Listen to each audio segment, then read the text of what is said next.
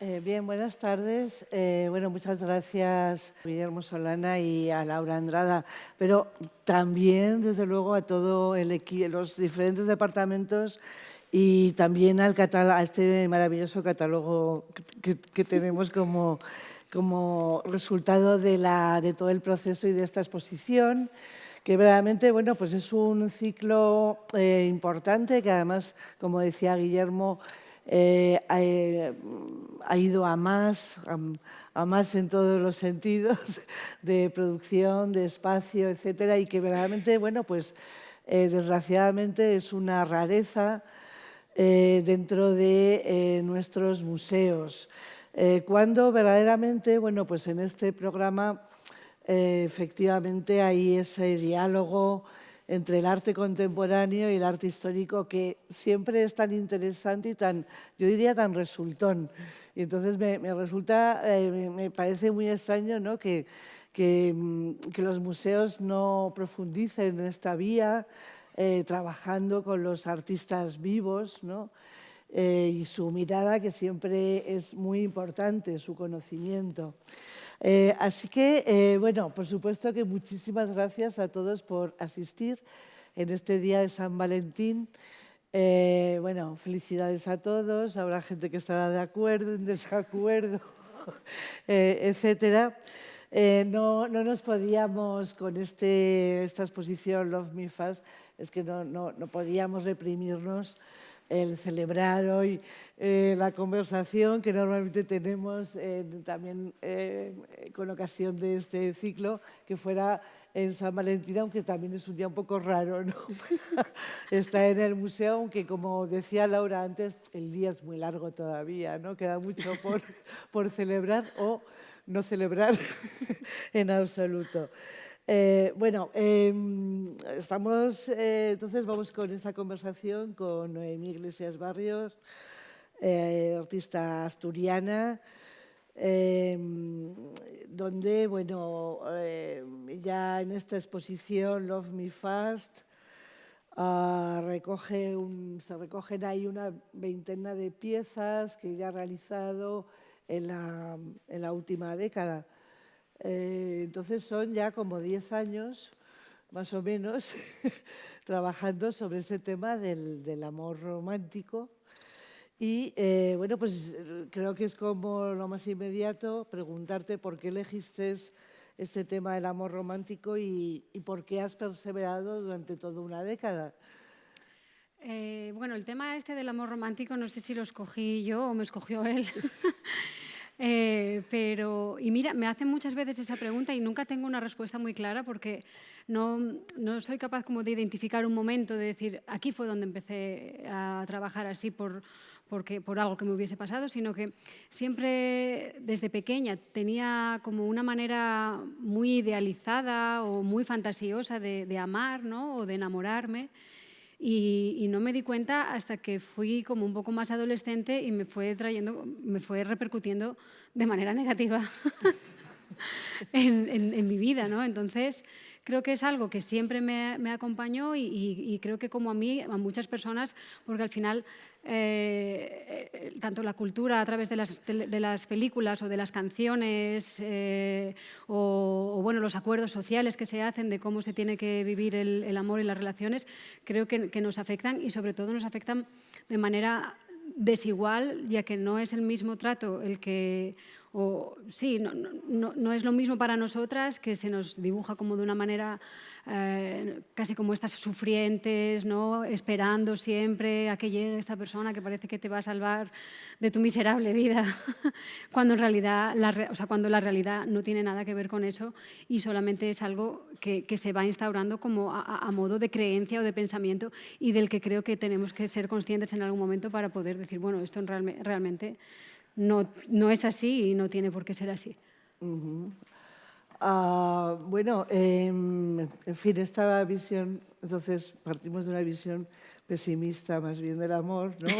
O de, esos momentos. Pero no siempre se vive de manera pesimista, ¿eh? O sea, quiero decir, porque cuando tú lo vives o sea, cuando vives el enamoramiento y todo eso, no tiene una lectura negativa de por sí. Hay momentos muy álgidos, ¿no? Y donde te vienes muy arriba y aquello no te lo quita nadie. Pero bueno, creo que sí que hay que ser consciente de la dimensión que tiene en realidad y no solamente de una parte. Ya, eso díselo a los adolescentes, ¿no? Bueno, pero en esa visión un poco pesimista, insisto, bueno, una de las obras que tú elegiste para dialogar con la colección y que no está en estas salas, donde ahora se encuentra la exposición, porque bueno, es una pieza muy importante, De la es colección, la sí. pintura de Hopper, ¿no? De esta mujer que está en el hotel, ¿no? Esperando. Y entonces, bueno, está esta intervención directamente en las salas de la colección, en el lugar donde habitualmente se encuentra. Y tú le has escrito una carta, ¿no? Yo pedí que escribiesen una carta, más bien. ¿Y eso a quién? Eso se lo pedí a una inteligencia artificial, porque hay veces que parece que hasta para eso, hasta para escribir una nota, no somos capaces de expresar nuestros sentimientos y parece que todo se lo delegamos a un algoritmo. Y este cuadro, yo me acuerdo cuando tuve que escoger las obras de la colección, me acuerdo que me dijiste, bueno, date un paseo por el museo y mira a ver un poco lo que ves, porque tiene que ser como un pálpito. Y yo decía, ¿como un pálpito? Digo, pues a ver. Y iba mirando y claro, al principio era todo como muy abrumador, ¿no? Todas las obras de la colección, imagínate.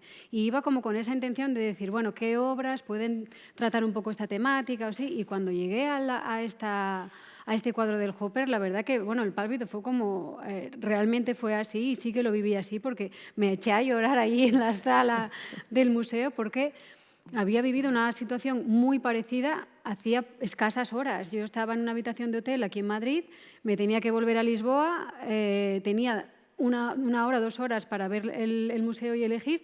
Y yo no suelo hacer fotos de las habitaciones de hotel a las que voy. Quiero decir, no es un poco como Sophie Cole, que sí que tiene estas piezas como de los durmientes en las habitaciones de hotel y tal.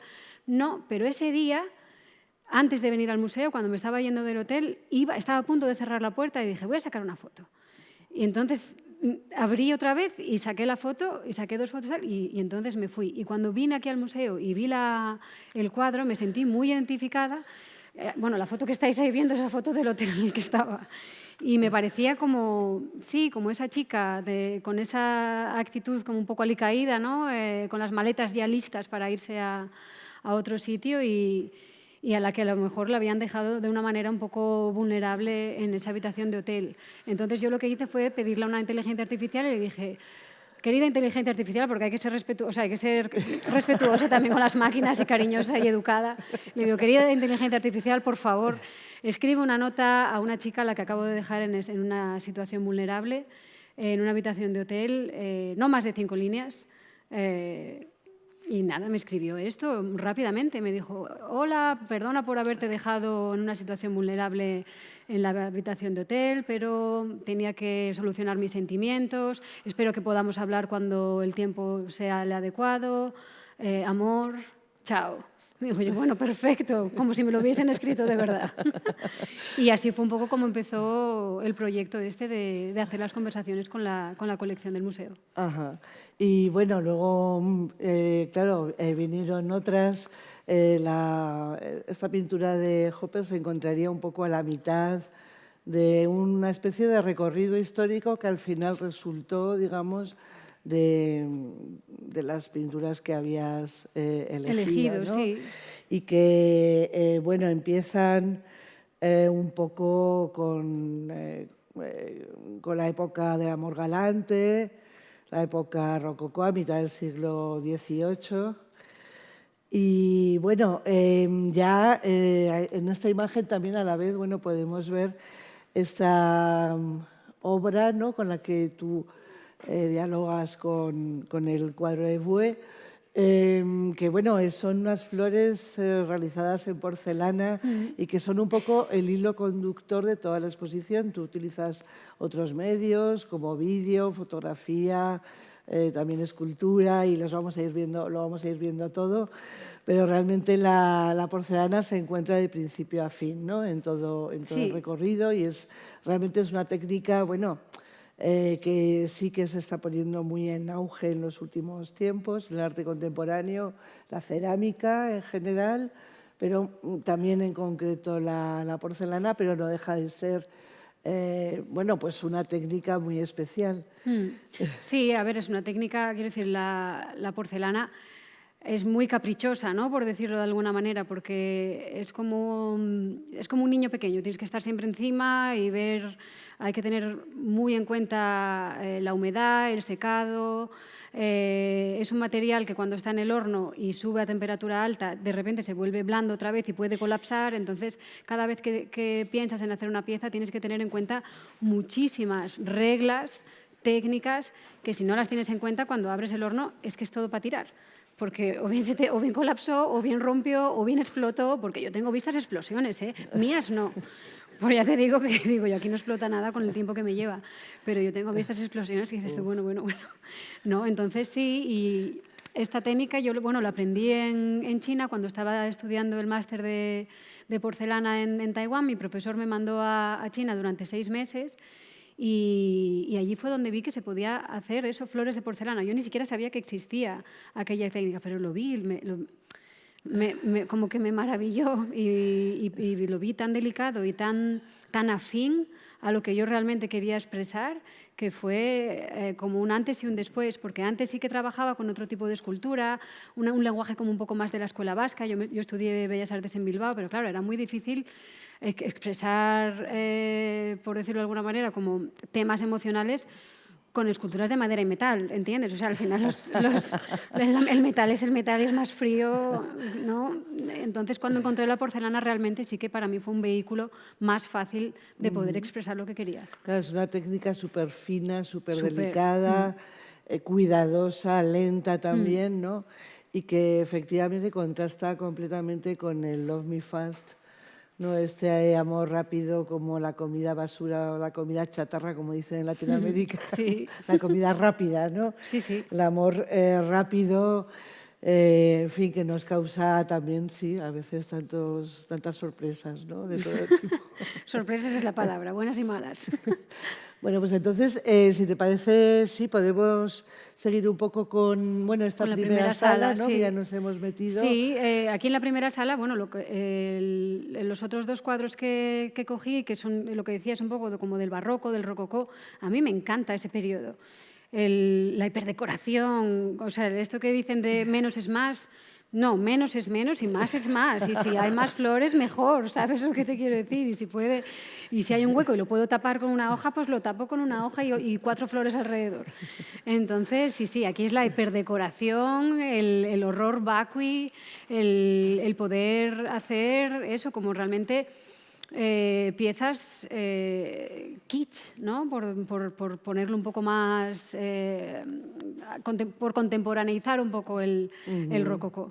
Y con estos cuadros lo que quise hacer un poco, los de Lancret y los de Fragonard, fue imitar un poco la paleta de colores, porque al final esto es como los grandes periodos de la pintura, ¿no? Y lo importante que era el color, la luz, las sombras.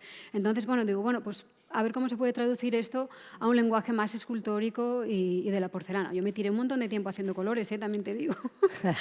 Y luego, bueno, pues eso, un poco intentar que los colores casasen un poco tanto en forma como en color con los cuadros de la colección. Sí, sí. Bueno, pero luego por otra parte, aunque bueno, tú dices el horror vacui, sin embargo, luego a la hora de montar eres absolutamente pulida, ¿no? Y digamos que esa no es la impresión, Claro. ¿no? La impresión es de una enorme limpieza en donde, bueno, sí, cuando miras las piezas de porcelana, bueno, ahí desde luego hay un universo, ¿no? Si te pones a mirarlo. Hay muchos pensamientos en cada flor, pieza, en cada ¿no? pétalo, en cada... Sí. Muchas flores distintas. Yo Sí. apenas he podido aprender todas las flores que hay en tus piezas, ¿no? Y luego, bueno, por otra parte, bueno, pues en esta sala hay un contraste, hay una especie de pulso muy interesante con el amor romántico, bueno, el amor incluso de la libertad política, podríamos decir, ¿no? El amor revolucionario, incluso, ¿no? Bueno, creo que esto es una cosa que también tiene bastante que ver con tu biografía Sí. y con cuándo empezaste a trabajar sobre el amor también, ¿no? Sí, todas las obras, o sea, toda mi obra es bastante autobiográfica. Entonces, esta parte como de la revolución o como de las pasiones revolucionarias y románticas, porque una persona que no sea romántica no se pone delante de un cordón antidisturbios totalmente desprotegido, ¿no? Que tienes que ser muy, muy romántico para creerte aquello. O sea, para creerte que no va a pasar nada, por decirlo de alguna manera. Entonces, bueno, yo llegué a Atenas en 2009 y ese fue el momento en el que empezaron cuando empezó, bueno, toda la crisis esta económica, donde se ponían todos los ojos de Europa, iban casi a Atenas, a lo que estaba pasando allí, y viví allí durante 4 años y viví de manera muy intensa todo aquel momento político y social. Y lo viví así porque de alguna manera cuando yo llegué allí me pareció que aquello que estaba viviendo era histórico y que tenía que estar allí y que no había otro sitio en el planeta en el que tuviese que estar más que este. Y esta fue de las primeras fotos que hice en el 2009. Y ya, bueno, los griegos ellos son muy así, ¿no? Entonces, si hay un edificio con 6 columnas, pues ponen resist. Luego había otro que eran 4, ponían caos, ¿sabes? O sea, quiero decir, pues las columnas que gallegos, esa es la palabra que te pongo. Entonces, claro, me parecía... Yo llegaba allí como con aquella imagen de wow, el Partenón, ¿no? Y de repente en el Partenón un spray negro, resist. Digo yo, bueno, aquí... y sí, había muchísimas manifestaciones, era todos los días, era una batalla. O sea, era realmente una lucha social que se vivió de manera muy... muy efervescente. Y bueno, luego tengo este vídeo, no sé si la calidad va a ser un poco así porque ya te digo que lo grabé 2009, 2010 y aquí es donde se ve, porque claro, aquí es en el Politecnio, que es la universidad politécnica de allí de Atenas. Y lo que están haciendo ahí es romper el suelo, el suelo de Atenas es de mármol. Entonces rompían el mármol, ya veis que están ahí dando con el martillo, para coger piedras y luego esas piedras las usaban para lanzarlas a la policía. Y a mí me parecía mágico. Decía yo, ¿cómo? Estas piedras preciosas, que cuando se rompen brillan tanto y las usan para tirar y tal. Bueno, yo me quedé, pues eso, maravillada. Mira, aquí, claro, no puedes grabar del todo, o sea, o no... Por respeto también no quería que se viese como que yo quería aprovecharme de esa situación para grabar un vídeo, ¿no? O algo así, pero no podía evitar, estaba tan atraída por aquello que era como, no, yo es que esto lo tengo que registrar. Y ahí ya ves, con bolsas... No están de pandemia, ¿eh? Esto fue 2009, o sea, las máscaras no tienen nada que ver. Y eso, recogiendo bolsas, y luego, o sea, recogiendo piedras en las bolsas y luego se las tiraban a la policía. Esto es delante del Parlamento, veis que pasa por detrás, o sea, por delante en este caso, el cordón policial y ahí van eso, con cascos de moto, con las mochilas llenas de piedras, cócteles molotov, van a la batalla. Y a la vez la policía os devolvía bombas Claro, nos devolvía lacrimógenas, con bombas de gas lacrimógeno. Entonces yo me dediqué, cuando llegué a Atenas, a recoger las piedras después de las manifestaciones. Yo decía, no puede ser que todo esto tan precioso se quede aquí en el suelo y luego pase la barredora y no quede nada, ¿no? Porque al final parecía también que como que después de la manifestación, a las horas... pasaban, barrían, limpiaban o lo que sea y ya no había nada. Entonces me parecía como que esas piedras eran un poco el testigo de lo que había pasado y no, yo te digo que me tiré recogiendo piedras 3 años. Y luego lo que hice con las piedras fue ir al lugar donde estaban estas faltas, ¿no? de material, de haberle dado con el martillo y haber sacado piedras y tal, y ir reconstruyendo esas partes de la ciudad que se habían roto a una manera un poco como de curar las heridas, ¿no? Entonces ahí es donde empecé también como con la minuciosidad de los trabajos, es decir, yo fui como si fuese un mosaico, rellenando cada hueco con piedras diminutas que tenía, otras más grandes. Y sí, esta fue un poco una manera... Sí, bueno, y en la sala entonces tenemos un busto tuyo, además. Sí, pero esto fue lo que llegué después, porque yo o sea, yo me enamoré de esa parte o sea, como de ese momento que estaba viviendo la ciudad, pero me enamoré también de un anarquista que tiraba piedras y que por las noches pinchaba drum and bass. Entonces, claro, yo llegaba allí con 22 años, planazo, ¿entiendes? Total. Entonces, claro, yo me quedé enamorada también de esa persona y de esa idea, pero de esa manera que te digo como muy idealista y muy romantizada, porque esta persona era ajena total a mis sentimientos y aún así yo seguía como con esa idea durante 3 años. Imagínate, del O sea, a anarquista ti tirapiedras. lo del amor platónico te va bastante. Vaya que sí me va. Entonces, bueno, puse un poco esta foto representativa cuando ocuparon la universidad, quitaron la bandera de Grecia y pusieron la anarquista y vamos que nos vamos. Entonces, luego todo eso sí que se concentró un poco en una pieza que vemos en la primera sala, que es la de la Afrodita, la de cómo me transformé en Afrodita, que realmente sí que es como el principio y el inicio de esta parte romántica y pasional. Esto se hizo con un molde de escayola, o sea, con vendas de escayola, haciendo un poco el gesto de Afrodita y en la Universidad de Bellas Artes, y luego lo que se hizo fue el positivo en bronce, dejando un poco como los bebederos y para que fuese también un poco parte como del proceso y contrastado un poco con esas bombas de gas lacrimógeno que había recogido junto con las piedras. Sí, sí, sí. Bueno, yo creo que queda, en fin, espectacular, ¿no? Ese contraste entre rococó, amor galante y amor romántico es muy, muy, muy interesante. Y bueno, y está tu busto, ¿no? Que bueno, pues tiene, sí, claro, esta cuestión procesual del trabajo, pero a la vez, bueno, pues es una aureola, ¿no? Es un Sí, poco sí, parece que me santificaron. un poco mártir de la revolución. Sí, sí. Damnificada por el amor platónico, ¿no? Según dices, según cuentas. Y bueno, pues si te parece pasamos a la segunda sala, Sí. a ver cómo está ahí el amor, ¿no? Porque, bueno, ahí elegiste hay varias obras de la colección, un poco la transición está con una obra de Ensor, que es una especie de teatrillo, ¿no? Que está recordando ese amor galante, pero realmente, bueno, seguramente la pieza central es esta, ¿no? Love, Love, Love, Love, de Demuth, que por otra parte, bueno, pues sabemos que fue un homenaje a Gertrude Stein, Gertrude ¿no? Stein, sí.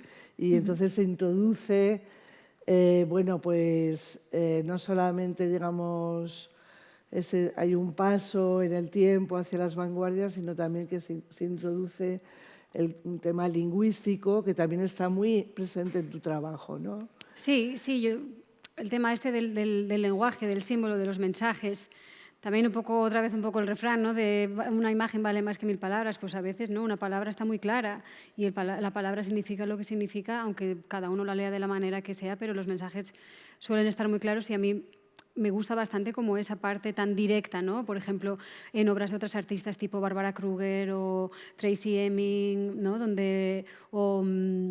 Esta chica de los... esta artista que está en el Guggenheim desde hace tanto tiempo, ¿cómo se llama? Jenny Holzer. Jenny Holzer, al final es palabra, o sea, es el mensaje hecho instalación. Y siempre me interesó mucho esta parte del mensaje y por eso esta fue una de las primeras obras también que elegí y también lo vi claro del hacer este juego con el love, love, love y que tiene unas letras muy parecidas a lover y love over, como no, de se acabó este amor ya romántico de carpeta de instituto. Entonces, lo que te decía, que a veces las imágenes o la traducción a colores o a piezas sí que puede ser más atractiva o más resultona, ¿no? Porque aquí, bueno, pues sí, puedes ver los lenguajes de los colores de las flores con el rosa contrastando como yendo desde unos colores más blancos hacia el rojo, más pasión, ¿no? Más final, pero nada está tan claro como esta frase, ¿no? Te quiero, pero al 50%. Te mereces más, ¿no? Entonces, yo te comenté, siempre mi obra es bastante biográfica y esta fue la frase que utilizó mi exmarido para dejarme. Entonces, bueno, se me quedó más clavada que cualquier otra imagen que me pudiese haber enseñado. Sí, la cuantificación, ¿no? La cuantificación, claro, que me lo estás comentando por porcentajes, como si me lo estuvieses vendiendo. Te lo dejo al 50, digo yo, bueno. Claro, ¿no? Eso es lo que vemos que va creciendo un poco justamente en este recorrido histórico, ¿no? que desde un poco, bueno, la época de los juegos peligrosos y luego, bueno, pues también, digamos, bueno, pues esa idea de una rosa es una rosa es una rosa, ¿no? Esa frase de Gertrude La Stein es conversión que es... lingüística, Sí, ¿no? sí, De sí, sí. Stein, etcétera, pero luego, bueno, ya conforme nos vamos aproximando hacia el pop, ¿no? Eh, pues efectivamente vemos que la cuestión más material se va haciendo más presente, ¿no? Sí, aquí al final sí, sigue, es un poco una transición entre la lingüística y esta parte más de la imagen, porque en esta pieza, que la hice en la fábrica de los gatos, la hice en China y había una fábrica en la que se hacían solamente gatos de estos de la suerte. Entonces, no, era increíble, 6 pisos de fábrica, solo se hacían gatos. Y entonces les Qué dije, digo, locura. bueno, yo tengo una idea, me gustaría hacer este gato, digo, a ver qué me dicen, porque igual les parece ofensivo, pero les hizo mucha gracia y dijeron, sí, sí, vente para acá y cógete un cuerpo y ya le cambiamos los brazos. Digo, perfecto. Entonces, este gato lo que tiene en una mano es un poco el símbolo este occidental que todos entendemos, y en la otra es el símbolo chino del amor. Siempre los gatos están pidiendo algo, porque no ves que mueven la mano, entonces eso es como para atraer, y aquí dicen lo que quieres atraer, si salud, si éxito, si amor. Entonces aquí, bueno, lo que hicimos fue un poco una burla o una broma o tratarlo de una manera un poco más humorística. Y bueno, está el súper luminoso, ¿no? Muy yankee, Sí. ya en la tercera sala, ¿no? En esta época pop, ¿no? Que estábamos comentando. Está realmente acompañando dos pinturas importantísimas, ¿no? De la colección, Rosenquist. Y Besselman, sí. Sí, y bueno, hay una sensualidad muy evidente y bueno, y también esa idea de velocidad con el coche, ¿verdad? Que viene recreada por estos coches de boda Sí. o de, no sé, o de flirt. Sí, sí, son un poco de como estos aventura. coches de boda que están estropeados, ¿no? Un poco por la hiperdecoración o por la falta de puertas o por la falta... O algunos no tienen ni siquiera el capó, se ve el motor entero. Entonces era para cambiar un poco esa imagen que se tiene normalmente, porque muchas veces los sentimientos se asocian a productos que quizá no tienen nada que ver con el sentimiento en sí. Entonces, por ejemplo, cuando tú te unes en matrimonio con otra persona porque decides hacerlo por los motivos que sean, hay una serie de productos que parece que si no los tienes o no los tratas, no le quieres tanto o no os queréis tanto, ¿no? Entonces, pero en realidad lo que hay es una industria detrás enorme que te está diciendo que te tienes que gastar todo ese dinero para que realmente parezca que os queréis. Cuando en verdad quizá no te gustan ni los coches ni las flores, ni te apetece hacer nada de esto, pero te ves muchas veces como obligado a cumplir. Entonces, bueno, me pareció que había que crear unas imágenes un poco más alternativas sobre este tipo de productos. Bueno, las décadas de los años 60 y 70 fueron simultáneamente los años de las Women Lips, de los movimientos de liberación de las mujeres, que darían lugar a la tercera ola feminista, pero también, digamos, fue un tiempo que, digamos, posteriormente, bueno, pues se ha pensado que fue un tiempo también de la cosificación del cuerpo de las mujeres, como, bueno, de hecho lo hicieron patente algunos pintores como Besselman, ¿no? De hecho. Sí, sí.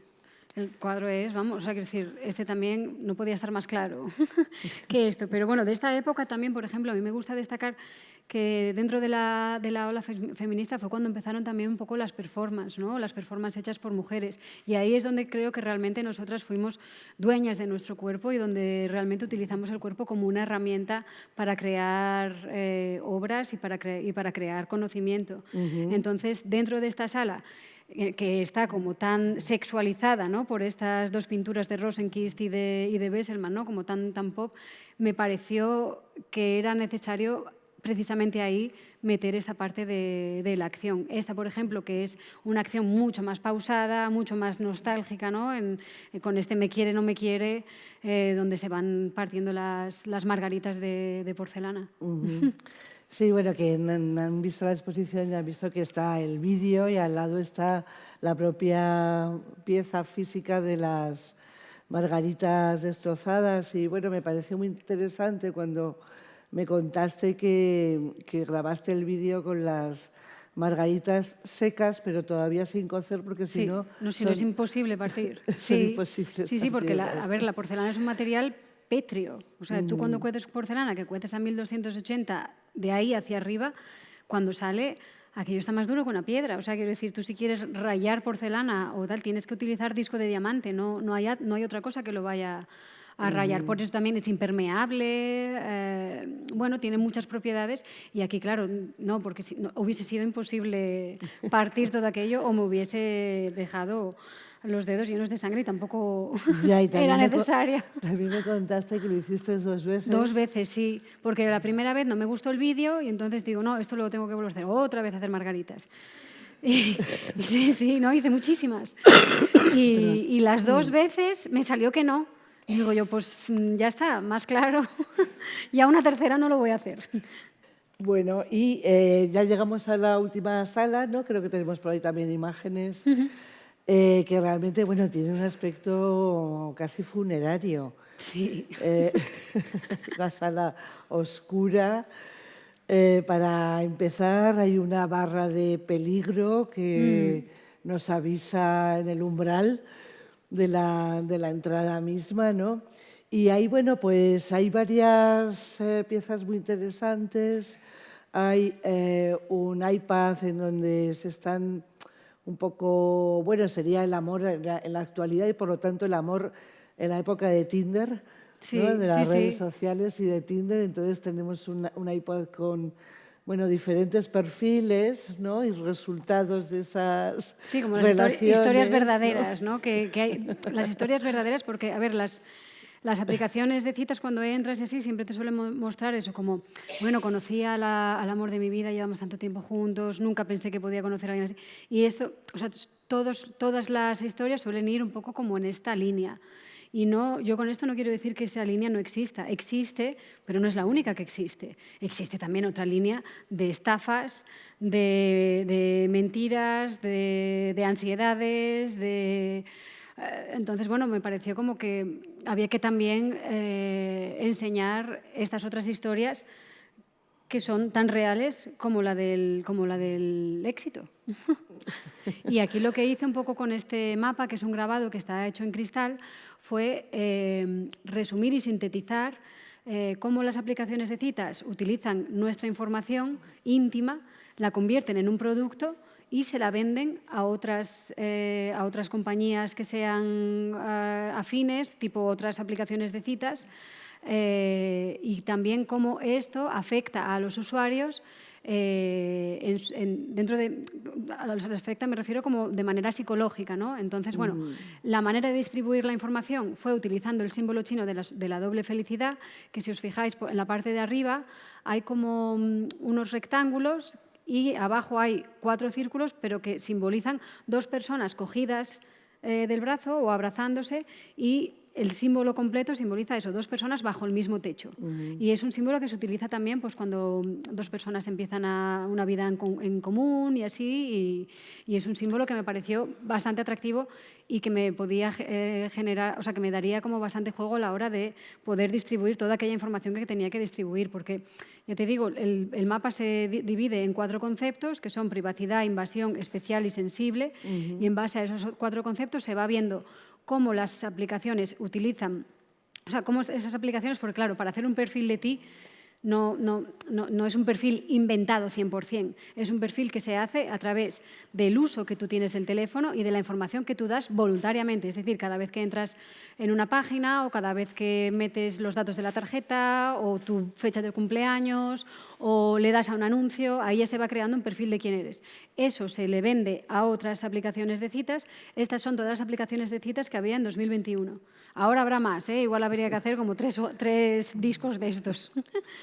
y luego un poco cómo eso afecta a la manera que tenemos de vernos y de ver a los demás. Es decir, las aplicaciones te dicen exactamente cómo tienes que aparecer en la foto si quieres tener éxito y cómo tienes que describirte hacia los demás. Entonces, claro, te dicen, bueno, sé original, sé natural, que te parezcas a ti mismo, pon una foto en la que no aparezcas con más personas, que se te vea bien la cara, tal. Entonces, claro, después de todas esas reglas, realmente no sé cuánto espacio queda a los usuarios para ser ellos mismos. Entonces, bueno, todo eso al final lo que genera es, pues eso, una serie de consecuencias sociales como son la ansiedad, el miedo, la depresión, el tener que enfrentarte a ser rechazado múltiples veces, todos los días, cada 3 minutos, por decirlo de alguna manera, y los porcentajes como peligrosos que hay, pues eso, como de cuentas que intentan aprovecharse de la vulnerabilidad de los usuarios porque están como en un momento de intimidad, buscando como algo emocional y por lo tanto pueden ser más vulnerables, entonces se intentan aprovechar de ellos para al final pedirles dinero, o gente mintiendo sobre quiénes son para resultar más atractivo. Bueno, al final... Y eso es un poco la sociedad que se está construyendo digitalmente, ¿no?, en este tipo de entornos. Entonces, bueno, me pareció que había que... La pieza es preciosa, o sea, realmente que contiene toda esta información increíble, pero bueno, la pieza en sí misma es que es... Sí, es que me parecía que... Porque toda esa información yo no me la inventé, o sea, está online. Lo que pasa es que no está presentada de una manera atractiva, por decirlo de alguna manera, ni clara. Entonces, yo estuve mucho tiempo, como 2 meses, mirando páginas y sacando toda la información que podía y sintetizando para poder hacer este mapa y hacerlo de una manera atractiva, porque al final creo que es información útil y que se debería de saber y que debería de estar presente para los usuarios. Sí, pero bueno, siempre vamos a aceptar, ¿no? Sí, vas a aceptar las cookies, pero vamos, en cuanto te salen. Lo cierto es que la mayoría casi siempre damos a aceptar todo, ¿no? Y seguimos y bueno. Bueno, es lo más rápido, ¿no? Claro, es lo más rápido y pienso que, bueno, pues por eso, ¿no? Este título que elegiste es Claro. Love Me Fast, que efectivamente Love me también fast, pero léete las cookies. en ese estado de expectativa también queremos ir lo más rápido posible. Claro, claro, yo quiero encontrar al novio o la novia ya no puedo esperar más. No. Bueno, pero como decía, bueno, la sala es bastante oscura y la pieza central, bueno, es esta instalación, bueno, preciosa, maravillosa de las máscaras. Sí. Tóxicas. Sí, bueno, yo esta instalación la hice cuando estaba todavía viviendo en Taiwán y lo hice en 2018. Y cuando la gente ve la instalación, muchas veces la relaciona un poco con la pandemia, ¿no? Porque ese fue el momento en el que todos nos sentimos como más cercanos a una cuarentena. Pero no tenía nada que ver, yo lo hice antes y luego de alguna manera pasó lo otro, pero totalmente sin tener nada que ver una cosa con otra. Entonces yo sí que en 2018 empecé a trabajar con esos símbolos del aislamiento, de la cuarentena, y lo que hice fue este proyecto, el de cuarentena, en el que aquí empecé cogiendo el símbolo del biohazard y modificando un poco el círculo, y en lugar de terminar en círculo, terminan un poco en corazón. Entonces, bueno, ya para que vayas viendo para que te vayas haciendo un poco idea de lo que te voy a contar. Y luego lo que hice con esto fue seguir un protocolo de actuación, porque todas las cuarentenas tienen protocolos de actuación. Entonces yo el que hice fue descargar la aplicación en el teléfono, abrir un perfil que estaría activo durante 40 días, utilizar la interfaz que proporciona Tinder para realizar 40 citas, una al día, con 40 usuarios diferentes. Cada cita podía tener una duración máxima de 24 horas. El contenido de la cita depende de los usuarios. Durante la cita, los usuarios están en periodo de observación y experimentación. Cada usuario recibe una rosa al inicio del encuentro. Transcurridas las 24 horas y sin previo aviso, el usuario es eliminado de la aplicación. Y esto cancela cualquier posibilidad de comunicación para concretar un segundo encuentro. Repite este procedimiento hasta que se termine la cuarentena, cierra el perfil y desinstala la aplicación. Entonces yo religiosamente, rigurosamente, seguí este protocolo que me había puesto yo, que podía haber puesto otro, pero puse este. Entonces, bueno, lo que hice fue eso. Lo primero, pues eso, abrir el perfil. yo ya sabía que tenía que usar una buena foto. Entonces me cogí esta foto como ahí en la playa, que es como si pareciese, vamos, me decían, ¿qué eres, surfera? Digo yo, sí, lo que tú quieras. Claro. Claro. Digo yo, lo que tú quieras. Entonces me puse el nombre que tenía allí en Taiwán, que era Aimi, y nada, lo que hice fue, porque yo con este proyecto lo que pretendía era utilizar un sistema en masa, es decir, un sistema de producción en masa dentro de un terreno emocional. Entonces, realmente no tenía intención de encontrar a una compañera o un compañero, sino que lo que quería era cubrir un calendario de 40 citas, una al día, ¿entiendes? Entonces, claro, ¿sabes cómo es la gente luego también? Ay, que es que hoy no puedo, al final digo yo, bueno, pues aquí rápidamente tengo que encajar a otro que se me pasa el día. Entonces, realmente el trabajo fue ese. Y bueno, gracias al perfil, y que creo también que estaba en Taiwán y que yo era occidental, pude realmente hacer match con 2.600 perfiles. O sea, yo tenía match, tenía todas esas cuentas abiertas y conversación con todo el mundo. ¿Pero sí. por qué lo dices? ¿Por el exotismo? Sí, porque es que de hecho me lo decían, nunca he conocido a alguien occidental. Digo, bueno, quedamos a las 6. Digo yo, no lo conociste, digo, quedamos a las 6 y ya te quitas la por espinita. otra parte, estabas bastante desesperada, ¿no? Ahí en Yo Taiwán. sí, yo le daba que sí a todo, porque realmente, claro. Quiero decir que realmente fue duro para ti estar 3 años allí, menos el tiempo que estuviste en China, ¿no? Sí. A ver, también allí era un La periodo gente no hablaba mucho inglés. No hablaba mucho inglés. Yo luego sí que aprendí un poco de chino y realmente fue un periodo de aislamiento total. También creo que esa fue la razón por la que yo pensé en una cuarentena con el Tinder, porque si no podía haber pensado en cualquier otra cosa. Pero yo estaba allí tan sola y tan aislada que lo único que me faltaba era raparme la cabeza.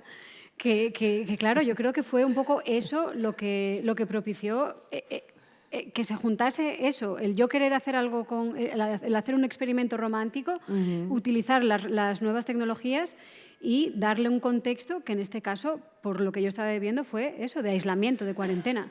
Bueno, fue catártico, ¿no? Fue terapéutico. Fue intenso y caro. Claro, 40 citas, imagínate. Son muchas cenas, muchos cines, ¿no? Al final, ¿ves cómo siempre está muy relacionado con el dinero? Ajá. Pocas veces fui a dar un paseo nada más.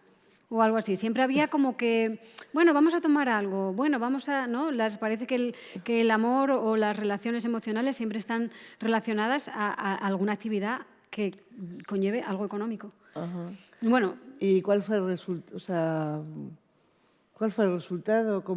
Porque también esa disciplina inglesa, casi podríamos decir, ¿no? De ir borrando a cada uno. Claro, no, yo alguno no lo quería borrar, imagínate, yo me enamoré como 3 veces.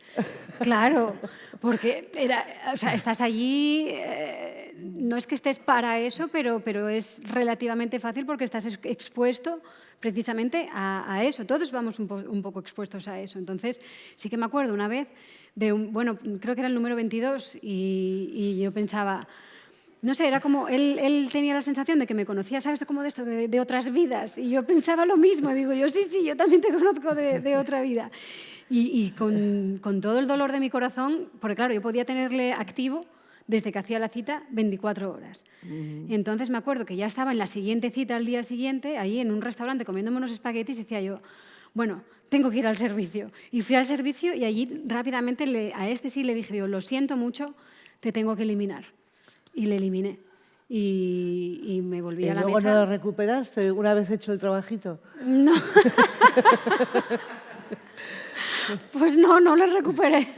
Con el dolor de mi corazón. También él se iba, al poco se iba a Japón porque él era, ¿cómo se llama esto? Como instructor de deportes de invierno, tipo snowboard y cosas así. Y bueno, pues tú para Japón y yo ya me quedo aquí en Taiwán, que me quedan 18 por hacer. Sí. Bueno, y al final esto es un poco...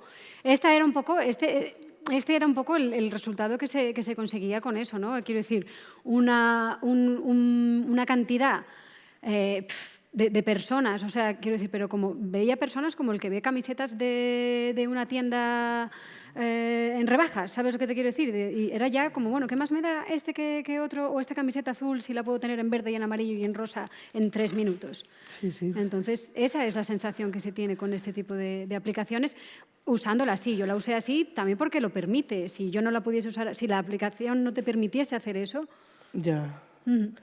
Pero es bastante, en fin, crudo, ¿no? Claro, por supuesto, es cruel, es que es cruel.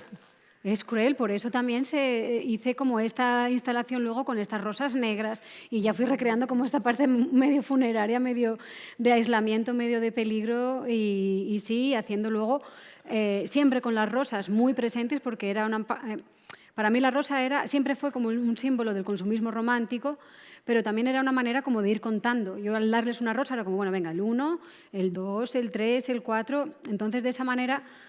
era un elemento presente que me parecía que tenía que estar también presente dentro de la instalación luego física, ¿no? Porque al final la instalación con las flores de porcelana es una cosa y luego el proceso performativo es otro. Entonces, a la hora de traducir, tampoco hay que traducir como...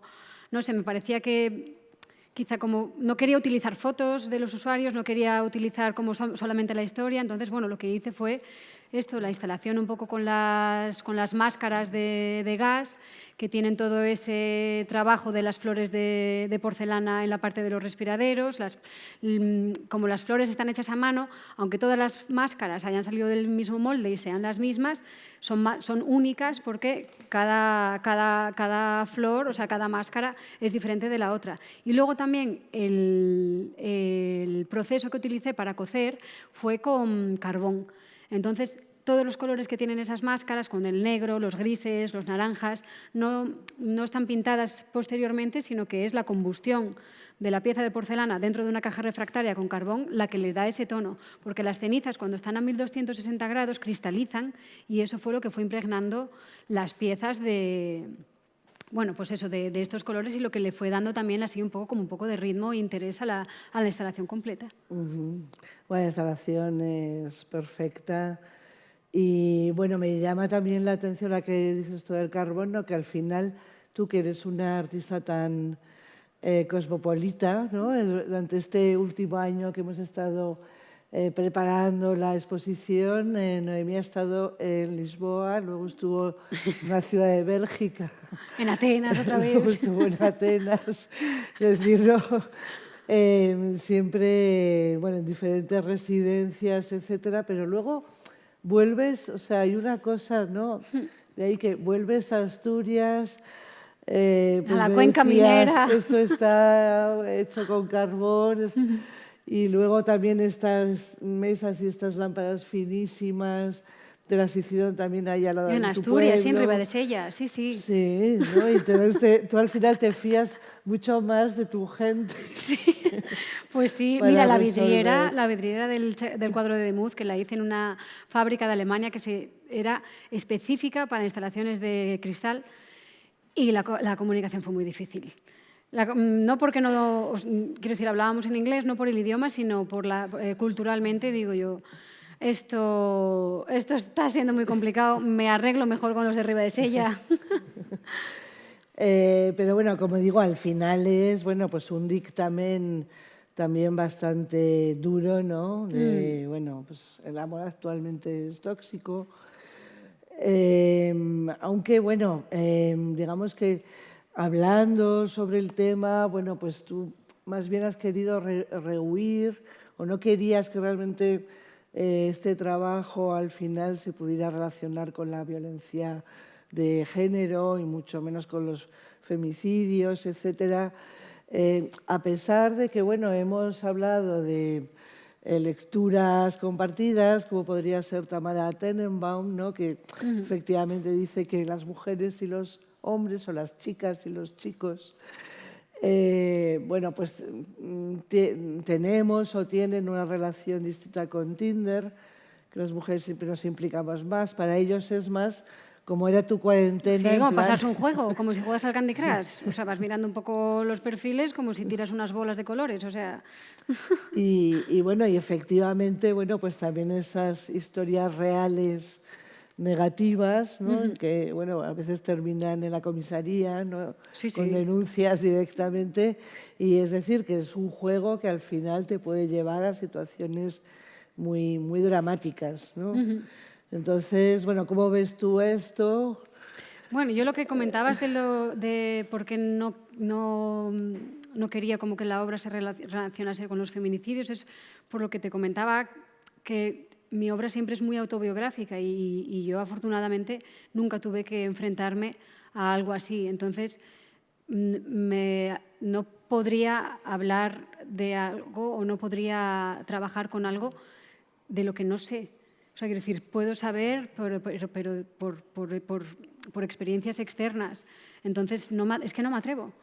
Es que no me atrevo. Solo toco o solo trato lo que me va tocando, ¿no? Que también a cada uno le van tocando sus experiencias y sus cosas. Entonces, cuando se habla cuando dices que por qué te refieres siempre a esos entornos tan fúnebres, ¿no? O como de muerte, y es un poco más a esa parte del érotas y típota, ¿no? Que es una frase griega que es eso, que es como amor o nada. Y en ese amor o nada creo que esa actitud o ese planteamiento conlleva una parte como de renuncia a uno mismo y por lo tanto de muerte. Entonces, bueno, lo veo más por ahí, más que por esta otra parte de la que te digo que afortunadamente no he sido víctima. Bueno, amor o nada, realmente yo creo que, en fin, una vez más te confiesas como Una una romántica. romántica sin remedio, Al final ¿no? sí. Absolutamente.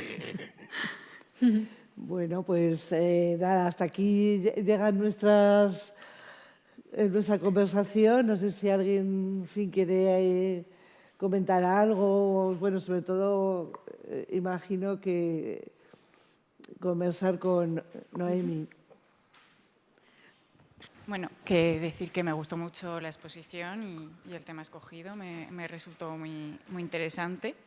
Una puntualización, se ha dicho que en la actualidad el amor es tóxico. Yo creo que ya venía siendo tóxico antes por el esquema que se ha creado alrededor. Y yo creo que en esa desesquematización que estamos intentando hacer estamos cayendo en otro tipo de toxicidad.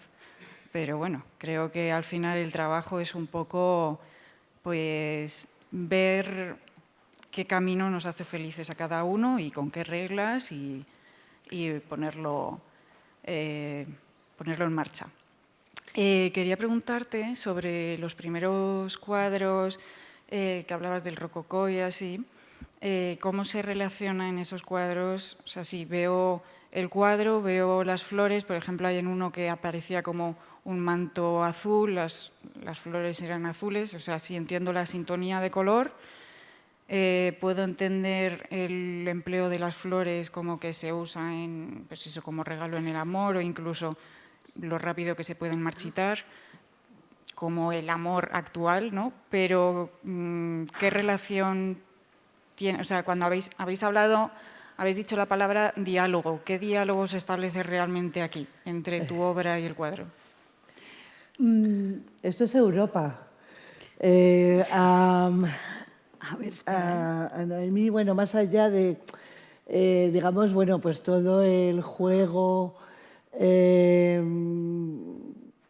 Bueno, esto es un rapto que, bueno, más o menos estos raptos siempre son como violaciones de Zeus, como se sabe.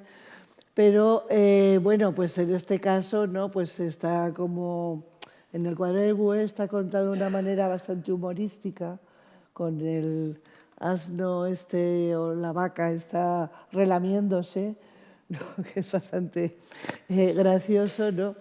Pero Noemí rápidamente, antes decía la importancia de los colores en toda esta Sí, en sala y tal. en este caso, perdón que no Pero lo puedo abrir del todo, vio pero Europa, ¿no? Porque, bueno, este es el rapto de Europa.